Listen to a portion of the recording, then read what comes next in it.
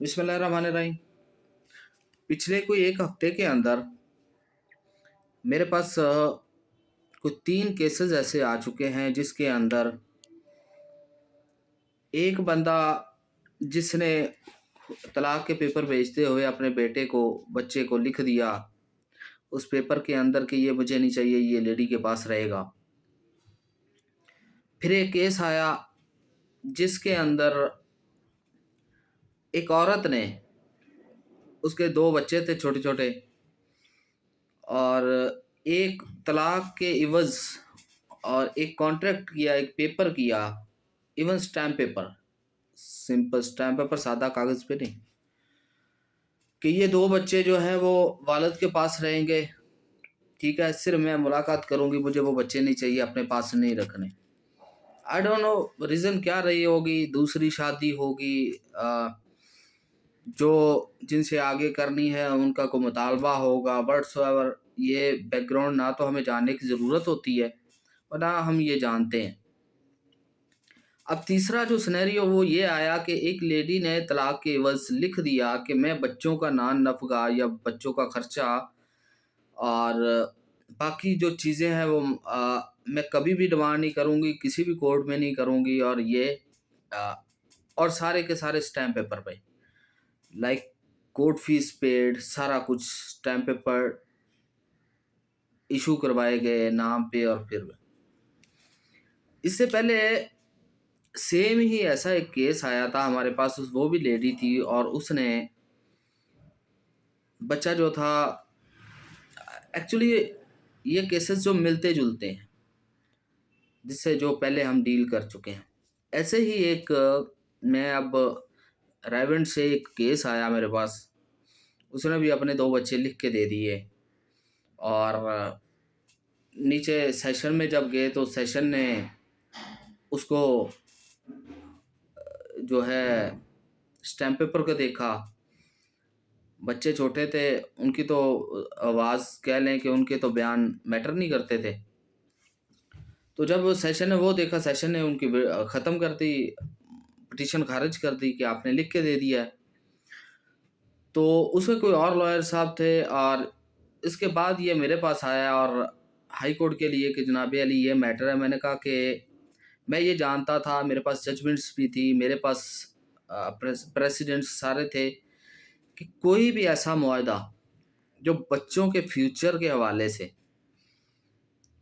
और बच्चों का लेन देन के हवाले से, बच्चे की कस्टडी के हवाले से और बच्चों के खर्चे के हवाले से मियाँ बीवी का आपस में किया गया मुआहदा कहीं भी वैलिड नहीं है, कहीं भी इसकी कोई औकात नहीं है।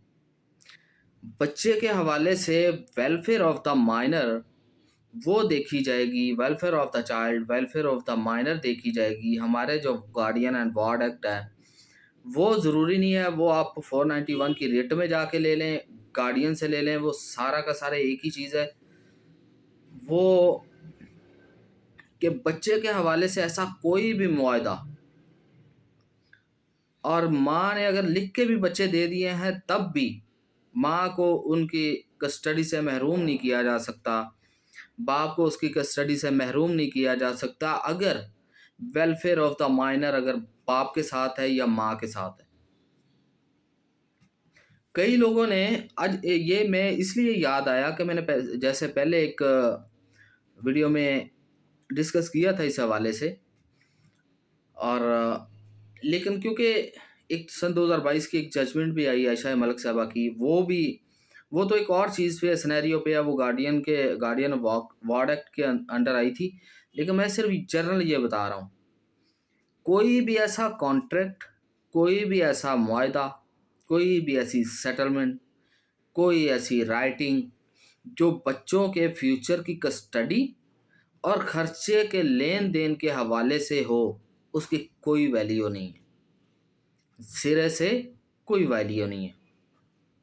हमारे यहाँ इसके बाबत एक जजमेंट पड़ी हुई है सन 2019 की, जो क्लियर कट कहती है कि बच्चों की अगर कस्टडी चली भी जाए, अगर वहाँ लिख के बच्चों को फॉर द टाइम बाप के हवाले कर दें, तो भी माँ को उससे महरूम नहीं किया जा सकता, जब चाहे वो कस्टडी ले सकती है।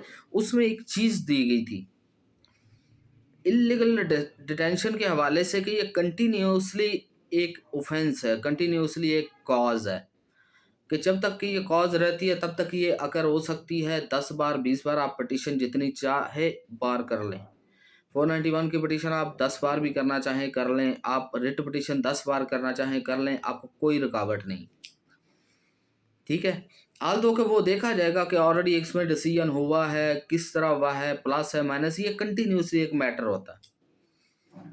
कोर्ट्स क्या करती हैं, हाई कोर्ट्स के अंदर मोस्टली वो जब ऐसा मैटर होता है तो गार्डियन को रेफ़र करती हैं। 1-2 मैटर में करने के बाद एक इससे पहले मेरे पास एक केस था, हम जो था बच्चों के बाप की तरफ से था। लेडीज़ ने कुछ 6 बार रिट की हाई कोर्ट के अंदर।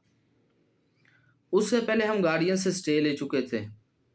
उसके बाद 6 बाद रिट करने के बाद आखिरी बार जब चीफ जस्टिस आलिया नीलम साहिबा के पास लगी हमारी रिट, और उसमें यही हुआ कि वो लेडी एक तो उन्होंने ऑर्डर कर दिया कि ये लेडी थोड़ी लेट होगी, अपीयर नहीं होगी। तो उन्होंने ऑर्डर किया कि अब जो गार्डियन कोर्ट है, आप वहाँ पे जाके डिसाइड कर रहे हैं, आप दोबारा यहाँ नहीं आएँगे। क्योंकि 6 बार की थी उसने और हर हफ्ते रिपीट होती रही है। बाय द वे ये एक सेपरेट डिस्कशन है। पर कहने का ये पॉइंट ये है कि कोई भी राइटिंग, बार-बार कह रहा हूँ, जिसमें बाप बच्चों को बीवी के हवाले करने की राइटिंग दे दे, चाहे तलाक में लिख के देते, या माँ तलाक के इवज़ बच्चों को लिख के दे दे बाप को, या किसी और सेटलमेंट के हवाले से माँ बच्चों का खर्चा फ्यूचर का माफ़ कर दे और कहे कि मुझे नहीं चाहिए, मैं केस नहीं करूँगी, ऐसी राइटिंग, इसकी कानून में कोई वैल्यू नहीं है। इसकी कोई वैल्यू नहीं है। ये जब चाहे रिवोक वोक की जा सकती है जुरिस्डिक्शन को, और ये बच्चे वापस लिए भी जा सकते हैं, दिए भी जा सकते हैं, खर्चा लग भी सकता है। वो जो जितनी राइटिंग्स होंगी, जितने स्टैम्प पेपर होंगे, वो सारे रद्दी की टोकरी हैं। ये बात याद रखिएगा। ये क्योंकि क्वेश्चन मेरे पास ये इस 1 हफ्ते के अंदर ये मेरा तीसरा क्वेश्चन, 3 बार तीसरा केसेज़ है मेरे पास इस तरह का। तो हर एक को एक्सप्लेन करते-करते तो वो आपको पता है टाइम लग जाता है। तो मैंने सोचा कि एक रिकॉर्ड करवा दें ताकि दूसरों को भी इससे फ़ायदा मिल सके, और ताकि एक अबहम है लोगों में कि लिख के दे दिया तो क्या हमें वापस मिलेगा। लेडी का क्वेश्चन है, जेंट्स का है, माँ का है, बाप का है, कि हमें वापस मिलेगा कि नहीं मिलेगा? बिल्कुल मिलेगा। अगर आपके पास स्ट्रॉन्ग ग्राउंड है तो आपको मिलेगा। ये ज़रूरत नहीं है कि वो लिख के दे दिया तो आप, अब ये जनरल इसकी कॉज़ है कि मैं सिर्फ़ एक एग्ज़ाम्पल देता हूँ, वीडियो लंबी हो जानी है। मैं एक एग्ज़ाम्पल देता हूँ, फ़र्ज़ करें आपने लिख के दे दिया है, माँ ने या बाप ने, और जिसके पास बच्चे हैं, उसकी हालत ऐसी है कि वो खुद खाना नहीं खा पा रही, या वो बंदा खाना खिला नहीं पा रहा, बच्चों की हालत तरगूं हुई है, बच्चे मिज़रेबल कंडीशन में रह रहे हैं, और ना एजुकेशन है, ना खाना है, ना अच्छी सेहत है, ना सहूलत है, तो दूसरी पार्टी प्रोवाइड कर सकती है, तो कोर्ट क्यों ना उधर भेजे भई बच्चों को? सिर्फ़ इसलिए कि राइटिंग हो गई है? नहीं, ऐसा नहीं होता। तो ये क्वेश्चन है कि ऐसी कोई राइटिंग किसी तरह की इम्पेडिमेंट्स नहीं है। आप जब चाहें बच्चे ले सकते हैं, आपने लिख के भी दे दिया तब भी कोई इश्यू नहीं है। That's all. Thank you.